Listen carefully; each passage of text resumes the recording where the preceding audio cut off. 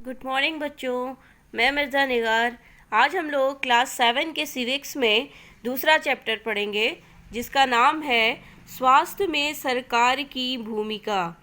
देखिए बच्चों, ये पाठ में हम लोग स्वास्थ्य से संबंधित जानकारी लेंगे और सरकार का क्या क्या योगदान है ये हम लोग पढ़ेंगे। ठीक है, तो देखिए, लोकतंत्र में लोगों की ये अपेक्षा रहती है कि सरकार उनके कल्याण के लिए कार्य करे। ठीक है, यानी कि उनके भविष्य के बारे में सोचे। यह शिक्षा, स्वास्थ्य, रोजगार प्रदान करने एवं गृह निर्माण, सड़कों के विकास तथा बिजली आदि उपलब्ध कराने के माध्यम से हो सकता है। यानी इनकी जो सुविधाएं हैं वो शिक्षा के माध्यम से हो या स्वास्थ्य के माध्यम से हो, रोजगार के माध्यम से हो, कि इन सभी के बारे में इनको सुविधा मिले, ऐसा हमारे लोकतंत्र समाज में लोग चाहते हैं। इसके बाद देखिए, स्वास्थ्य के अर्थ के बारे में देखा जाए कि स्वास्थ्य का अर्थ क्या होता है।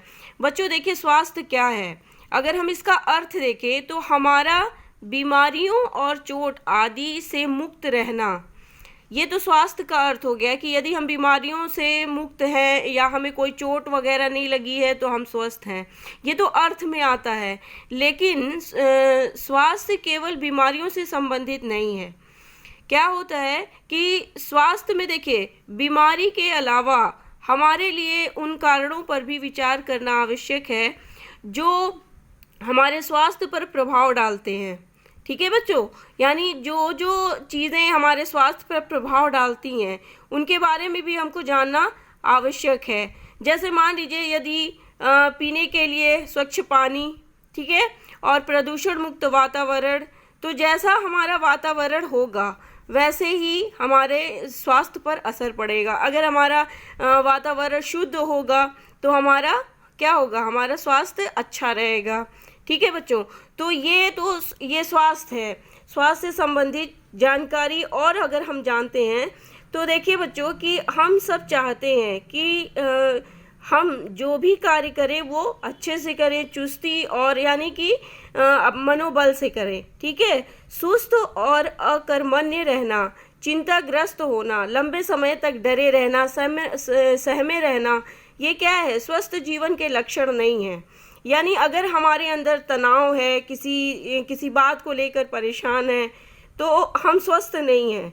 तनाव मुक्त और प्रसन्न रहना ही स्वास्थ्य का सही लक्षण है। यानी यदि हम तनाव मुक्त हैं, हम प्रसन्न हैं, तभी हम कह सकते हैं कि हम स्वस्थ हैं। ये भारत में स्वास्थ्य सेवाएं, देखिए बच्चों, इसमें हम लोग क्या पढ़ेंगे कि ये आपकी कुछ स्वास्थ्य से संबंधित तालिकाएं दी हैं, इसको आप लोग पढ़ लीजिएगा। क्वेश्चन से संबंधित नहीं है ये, तो आप लोग इसको पढ़ सकते हैं।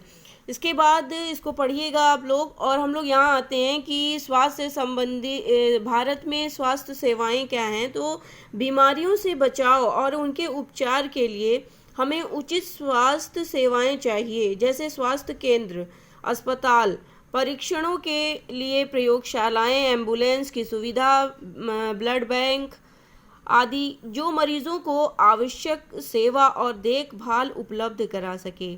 ऐसी सुविधाओं की व्यवस्था को चलाने के लिए हमें स्वस्थ सेवकों को, यानी नर्सों को या डॉक्टरों को, अन्य विशेषज्ञों की ज़रूरत होती है, तो जो परामर्श दे सके, यानी जो रोग की पहचान कर सके और इलाज अच्छे से कर सके।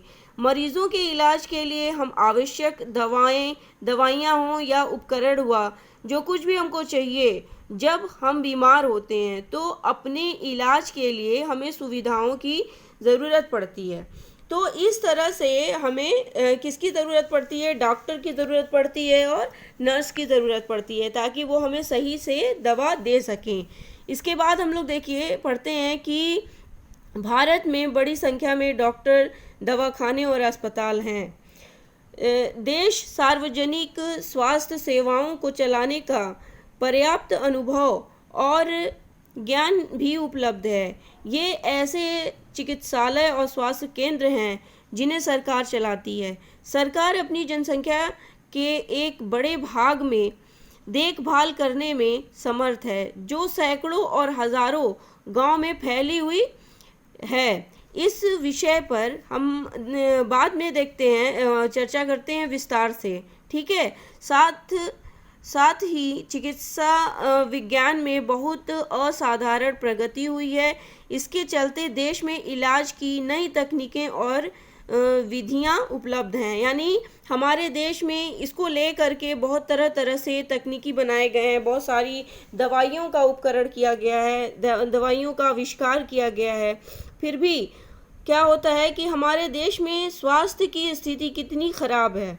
देखिए बच्चों, सकारात्मक विकास के बाद भी हम जनता को उचित स्वास्थ्य सेवाएं देने में असमर्थ हैं। ये विरोधाभासजनक स्थिति है जो हमारी अपेक्षाओं के विपरीत है। यानी हम जो चाहते हैं वो हमें नहीं मिल पाता उस तरह से। हमारे देश के पास पैसा है, ज्ञान है, अनुभव है, यानी व्यक्ति भी है, फिर भी हम सबको आवश्यक स्वस्थ सेवाएं देने हम जो सबको स्वस्थ सेवाएं देने में असमर्थ हो जाते हैं। हम इस अभ्यास में कुछ कारणों को जानेंगे, क्या क्या कारण हैं। ठीक है, देखिए ये हकीम हैं, हकीम शेख की कहानी है एक। तो इनकी कहानी क्या है कि ये एक मज़दूर हैं, ठीक है। तो ये खेतिहर मज़दूर हैं और एक बार क्या हुआ कि 1992 में एक शाम को वे चलती ट्रेन से गिर गए और उनके सिर पर गंभीर चोट आ गई। उनकी हालत बहुत ज़्यादा ख़राब हो गई थी और उनको तुरंत इलाज की आवश्यकता थी। देखिए, उन्हें कोलकाता के एक सरकारी अस्पताल में ले जाया गया, लेकिन भर्ती करने से मना कर दिया गया। क्या हुआ कि वहाँ के अस्पताल वालों ने उनको भर्ती करने से मना कर दिया। दूसरे अस्पताल में आवश्यक सुविधाएं और उनके इलाज के लिए ज़रूरी विशेषज्ञ नहीं थे, इसलिए वहाँ भी उनको मना कर दिया गया। इसके बाद ये कई जगह ऐसे भटकते रहे और जाते रहे, इनको हर जगह लोग मना करते रहे। 8 सरकारी अस्पतालों में इनको ले जाया गया, लेकिन किसी ने भी इनका सही से इलाज नहीं किया और भर्ती नहीं किया। देखिए, अंत में उन्हें एक निजी अस्पताल में भर्ती कराया गया, यानी प्राइवेट अस्पताल में उनका इलाज किया गया और उन्होंने अपने इलाज पर बहुत ज़्यादा पैसा खर्च किया। जिन अस्पताल में उन्हें भर्ती करने से इनकार कर दिया था, इन्होंने क्या किया कि जब ये ठीक हो गए तो ये उन अस्पतालों पर क्या किए, कोर्ट में मुकदमा दायर कर दिए। तो देखिए, इस तरह से इन्होंने क्या किया कि मुकदमा कर दिया कि आखिर वजह क्या थी कि इनको लोग भर्ती नहीं लेते थे। सार्वजनिक और निजी स्वास्थ्य सेवाओं के बारे में पढ़ेंगे। ये पढ़ने से पहले मैं आपको थोड़ा सा इधर ले चलती हूँ कि सरकार को कर क्यों देना चाहिए। देखिए बच्चों, सरकार कर से प्राप्त धन का उपयोग विभिन्न प्रकार की सार्वजनिक सेवाओं को मुहैया कराने में खर्च करती है। इससे सभी नागरिकों को फ़ायदा होता है। जैसे मान लीजिए पुलिस में, प्रतिरक्षा में, न्यायिक व्यवस्था में, राजमार्ग में, तो कुछ सेवाओं से सभी नागरिकों को लाभ होता है। तो क्या होता है कि इन सेवाओं की व्यवस्था स्वयं नागरिक नहीं कर सकते, तो करों से ही कुछ विकासात्मक कार्यक्रम एवं सेवाएं उपलब्ध होती हैं, जैसे शिक्षा के लिए, स्वास्थ्य के लिए, रोजगार के लिए। तो इन सब में जो भी हमको सुविधाएं मिलती हैं तो वो कर के माध्यम से ही सरकार से मिलती हैं। सार्वजनिक कल्याण के लिए व्यावसायिक प्रशिक्षण, तो जिनसे ज़रूरतमंद नागरिकों को लाभ मिलते हैं। तो करों से प्राप्त धन का उपयोग कुछ प्राकृतिक आपदाओं, जैसे बाढ़ आ जाती है या कहीं भूकंप आ जाता है, तो सरकार बहुत सुविधा देती है नागरिकों को, तो वो कर के माध्यम से ही देती है, जो हम लोग कर देते हैं। तो जो टैक्स दिया जाता है तो उसी के माध्यम से वो नागरिकों को सुविधाएं देती हैं। चलिए, उसके बाद हम लोग पढ़ते हैं कि सार्वजनिक और निजी स्वास्थ्य सेवाएं क्या है। देखिए, इनको हम लोग दो वर्गों में बांटते हैं, दो वर्गों में बांट कर पढ़ते हैं। पहला है कि सार्वजनिक स्वास्थ्य सेवाएं और दूसरा है निजी स्वास्थ्य सेवाएं। तो सार्वजनिक स्वास्थ्य सेवाएं क्या होती हैं, सरकार द्वारा बनाई जाती हैं। तो इसमें क्या होता है कि स्वास्थ्य केंद्रों और अस्पताल की ये श्रृंखला है। सार्वजनिक स्वास्थ्य सेवा जो है वो स्वास्थ्य केंद्रों और अस्पताल की श्रृंखला है जो सरकार द्वारा चलाई जाती है। ये शहरी और ग्रामीण दोनों क्षेत्रों में सुविधाएं प्रदान करती हैं। सभी बीमारियों का इलाज प्रदान करती हैं। गांव के स्तर पर एक स्वास्थ्य केंद्र होता है, एक उसके बाद एक स्वास्थ्य सेवक रहता है। तो बीमारियां जो भी होती हैं वो इलाज के लिए प्रशिक्षण दिया जाता है उसके लिए, ठीक है। वे प्रारंभिक केंद्र के डॉक्टरों की देखरेख में कार्य करते हैं। यानी ग्रामीण क्षेत्रों में केंद्र कई गांवों की ज़रूरतों को पूरा करता है। और जिला स्तर पर क्या करता है? जिला स्तर पर भी अस्पताल होता है जो उन सभी स्वास्थ्य केंद्रों की देखरेख करता है। तो इस तरह से सरकार द्वारा जगह जगह आप देखे होंगे कि जगह जगह ब्लॉक बनाए जाते हैं जहाँ पर सरकारी दवाएं मिलती हैं। तो ये जो होता है वो सार्वजनिक स्वास्थ्य सेवाओं के अंतर्गत होता है। देखिए बच्चों, उसी में हम लोग पढ़ेंगे कि सार्वजनिक क्यों कहा जाता है इसको, कि क्योंकि स्वास्थ्य सेवा कई कारणों से सार्वजनिक कहा जाता है। क्या है कि जो हम टैक्स देते हैं ना, इस वजह से सरकार ने सभी नागरिकों को स्वास्थ्य सेवाएं प्रदान करने के लिए वचनबद्धता को पूरा करने के लिए अस्पताल और स्वास्थ्य केंद्र स्थापित किया है। तो इन सेवाओं को चलाने के लिए धन और पैसे कहाँ से आते हैं? टैक्स से आते हैं, जो लोग सरकार को टैक्स के रूप में देते हैं। इसलिए ये सुविधाएं सबके लिए सार्वजनिक हो जाती हैं, ठीक है। तो इसका जो उद्देश्य होता है वो अच्छी स्वास्थ्य सेवाएं निःशुल्क और बहुत कम कीमत में लोगों को देना है। यानी दवाएं जो भी देते हैं वो कम दाम में देते हैं, जिससे गरीब लोग भी इसका इलाज करवा सकें, ठीक है। स्वास्थ्य सेवाओं का अन्य महत्वपूर्ण कार्य भी होता है, जैसे बीमारियों को बताना, या टीवी है, मलेरिया है, पोलियो है, हैजा। तो ये सब बीमारियों को पहले से बता देना कि ये लक्षण है बीमारी के, इसको फैलने से रोकना, ये भी काम सरकार कराती है। तो सरकार को लोगों के सहयोग से करनी होती है। ये सरकार अकेले तो कर नहीं सकती, तो लोगों के सहयोग से ये काम करती है। इसके बाद देखिए, ये जो सरकार है वो असफल हो जाएगी। क्यों असफल हो जाएगी? यदि लोग सहयोग नहीं करेंगे तो, ठीक है। तो मच्छरों को पैदा होने से रोकने के अभियान को सफल बनाने के लिए ये सुनिश्चित करना पड़ेगा कि किस क्षेत्र के सभी लोग अपने कूलरों को या छतों आदि पर पानी एकत्र ना होने दें। यानी हम उस सब चीज़ों से, गंदगी से बचें, ठीक है। और इससे पहले हमने आपको हकीम शेख के बारे में बताया था, तो उसका कोर्ट में क्या निर्णय दिया गया। देखिए बच्चों, हमारे संविधान के अनुसार लोगों के हित को सुनिश्चित करना और स्वास्थ्य सेवाएं प्रदान करना सरकार का प्राथमिक कर्तव्य है। सरकार को हर व्यक्ति के जीवन के अधिकार की रक्षा करनी चाहिए, करनी भी है, ठीक है। और अदालत ने कहा कि हकीम शेख को जिन बीमारियों से गुजरना पड़ा उसमें उसकी जान भी जा सकती थी। यदि कोई अस्पताल समय पर व्यक्ति का इलाज नहीं करता है या नहीं कर पाता है, तो इसका तात्पर्य क्या हुआ कि जीवन की सुरक्षा नहीं की जा रही है। किसी भी नागरिक के जीवन की सुरक्षा नहीं की जा रही है अगर समय पर इलाज न किया जाए तो अदालत ने ये भी कहा कि सरकार का कर्तव्य है कि वो मरीजों को आवश्यक स्वास्थ्य सेवाएं दे। यानी अगर इमरजेंसी है तो आकस्मिक इलाज की सुविधा भी सम्मिलित हो। जो आप लोग कहीं देखे होंगे कि इमरजेंसी में भी अस्पताल में एडमिट कराया जाता है, तो वो क्या है, वो यही है, आकस्मिक सुविधाएं। तो अस्पताल और उनके स्वास्थ्य संबंधी कर्मचारियों को आवश्यक इलाज प्रदान करने की जिम्मेदारी पूरी करनी चाहिए। कई सरकारी अस्पतालों ने हकीम शेख का इलाज करने से मना कर दिया था, इसलिए अदालत ने क्या किया, राज्य सरकार को निर्देश दिए कि वो हकीम शेख द्वारा जितना भी इलाज पर जो भी पैसे खर्च हुए हैं वो पूरे पैसे उसको भुगतान करे। यानी जितने पैसे मिले हैं वो उसको वापस दिया जाए। तो इस तरह से देखिए हकीम ने अपना कोर्ट के ज़रिए अपना हक वापस लिया।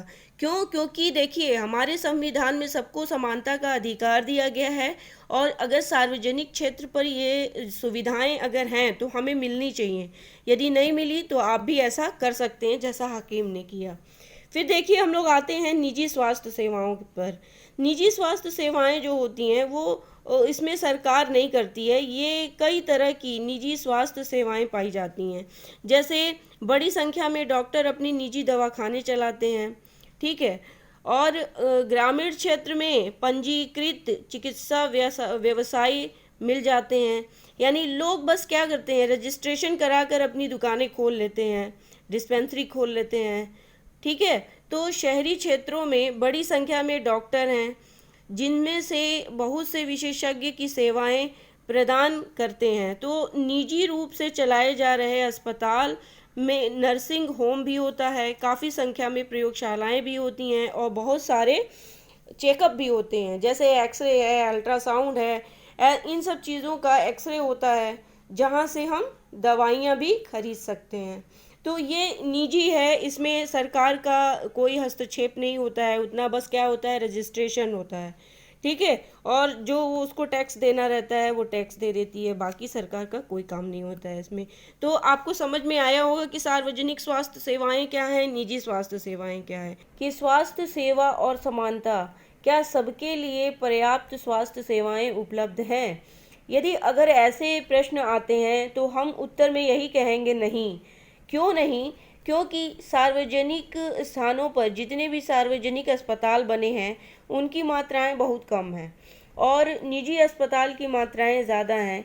तो सार्वजनिक स्थानों पर यदि जब हम नहीं जा पाते हैं तो हमें क्या होता है, निजी स्थानों पर जाना पड़ता है, यानी निजी अस्पताल में जाना पड़ता है। और निजी अस्पताल में जाने का मतलब ये है कि महंगी दवा, ठीक है। तो वहाँ पर क्या होता है, खर्चा ज़्यादा हो जाता है। तो जो गरीब लोग रहते हैं वो नहीं कर पाते हैं, वो दवाइयाँ नहीं खरीद पाते हैं, जिसकी वजह से उनके परिवार में बीमारियाँ होती हैं, ठीक है। इस वजह से वो परेशान हो जाते हैं और बीमारियों का सही इलाज नहीं करा पाते हैं। अधिक पैसा कमाने के लिए ये जो निजी सेवाएं हैं वो ऐसा काम करती हैं, यानी प्रोत्साहित करती हैं जो सही नहीं है। यानी महंगी दवा लेना, महंगी एक दवा की जगह 4 दवाएं लिख देना। तो कई बार सस्ते तरीके होने पर भी उनका उपयोग नहीं हो पाता है। तो उदाहरण के लिए देखा जा सकता है कि डॉक्टर अनावश्यक दवाएं, जैसा कि हमने अभी आपको बताया है कि इंजेक्शन लिख देते हैं और सेलाइन, वाटर, इस तरह से बहुत सारी चीज़ें लिख देते हैं, जबकि वो उनके कम दवा में भी उनका रोग का जो पर्याप्त रोग पकड़ा जा सकता है, यानी उनके रोग का इलाज कम दवा में भी किया जा सकता है। लेकिन डॉक्टर क्या करते हैं, एक से कई ज़्यादा दवाइयाँ लिख देते हैं। क्यों? क्योंकि उनका पैसा बने। इस वजह से भी निजी अस्पताल में लोग नहीं जाना पसंद करते हैं। इसके बाद हम लोग पढ़ेंगे कि क्या किया जा सकता है, यदि अगर ऐसी समस्याएं आ जाती हैं तो उसके लिए क्या किया जा सकता है। तो ये सरकार का उत्तरदायित्व है कि वो अपने सब नागरिकों को, विशेषकर गरीबों और सुविधाहीनों को गुणात्मक स्वास्थ्य सेवाएं प्रदान करे, यानी सही तरीके से सभी को स्वास्थ्य सेवाएं प्रदान करे। जितना जीवन आधारभूत सुविधाओं पर और उनकी सामाजिक स्थिति पर निर्भर है, ठीक है, तो उतना ही स्वास्थ्य सेवाओं के ऊपर भी निर्भर है। इसलिए लोगों के स्वास्थ्य की दशा सुधारने के लिए दोनों पक्षों पर कार्य करना आवश्यक है। ऐसा करना संभव है। यदि सरकार अगर ऐसा करती है तो इनकी समस्याओं का हल हो सकता है। कि केरल का अनुभव देखिए, 1996 में केरल सरकार ने क्या किया कि 40% बजट का 40% पंचायतों को दे दिया, ठीक है। तो जब पंचायतों को दे दिया गया तो पंचायतें क्या किए, अपनी आवश्यकताओं की योजनाबद्ध कर उनकी पूर्ति की, ठीक है।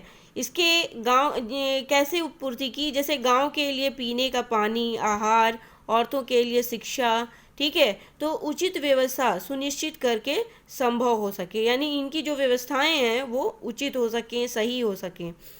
इसके इसके फलस्वरूप क्या हुआ कि जल वितरण व्यवस्था की और स्कूल और आंगनवाड़ियों के काम को भी सुनिश्चित किया गया।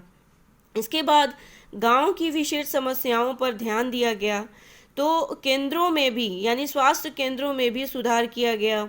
तो इन सब कार्यों में स्थिति में सुधार आया। ऐसा करने से इन लोगों की स्थिति में काफ़ी सुधार आया, और इतने प्रयत्नों के बाद भी कुछ समस्याएं तो बनी रहीं, जैसे दवाइयों की कमी, अस्पतालों में पर्याप्त मात्रा में बिस्तर नहीं था, तो डॉक्टरों का न होना, ये सारी समस्याएं तो बनी रहीं। ये समस्याएं तो पंचायत नहीं कर सकती ना, तो बाकी समस्याएं जो थी इनकी वो पूरी हो गई। इसके बाद हम लोग पढ़ेंगे कोस्टारिका का तरीका। तो कोस्टारिका का क्या तरीका था कि दक्षिण अफ्रीका का सबसे स्वस्थ देश माना जाता है ये। इसका मुख्य कारण क्या है? संविधान में निहित। इनका जो मुख्य कारण है उनके संविधान में निहित है। कई वर्षों पहले क्या हुआ कि कोस्टारिका ने एक महत्वपूर्ण निर्णय लिया था। वे देश में क्या करते थे वे कि देश में उनके सेना नहीं रहेंगे, ठीक है, यानी वे देश में सेना नहीं रखेंगे। इससे उन्हें सेना पर व्यय किए जाने वाले धन को लोगों की शिक्षा, स्वास्थ्य और अन्य आधारभूत ज़रूरतों पर खर्च करने में मदद मिली। फिर क्या हुआ?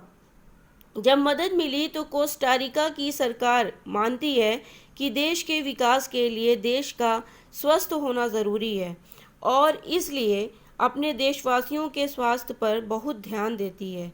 कोस्टारिका की सरकार अपने सभी निवासियों को स्वास्थ्य के लिए मूलभूत सुविधाएं देती हैं, जैसे पीने का सुरक्षित पानी, सफाई, पोषण, आहार, आवास, ठीक है।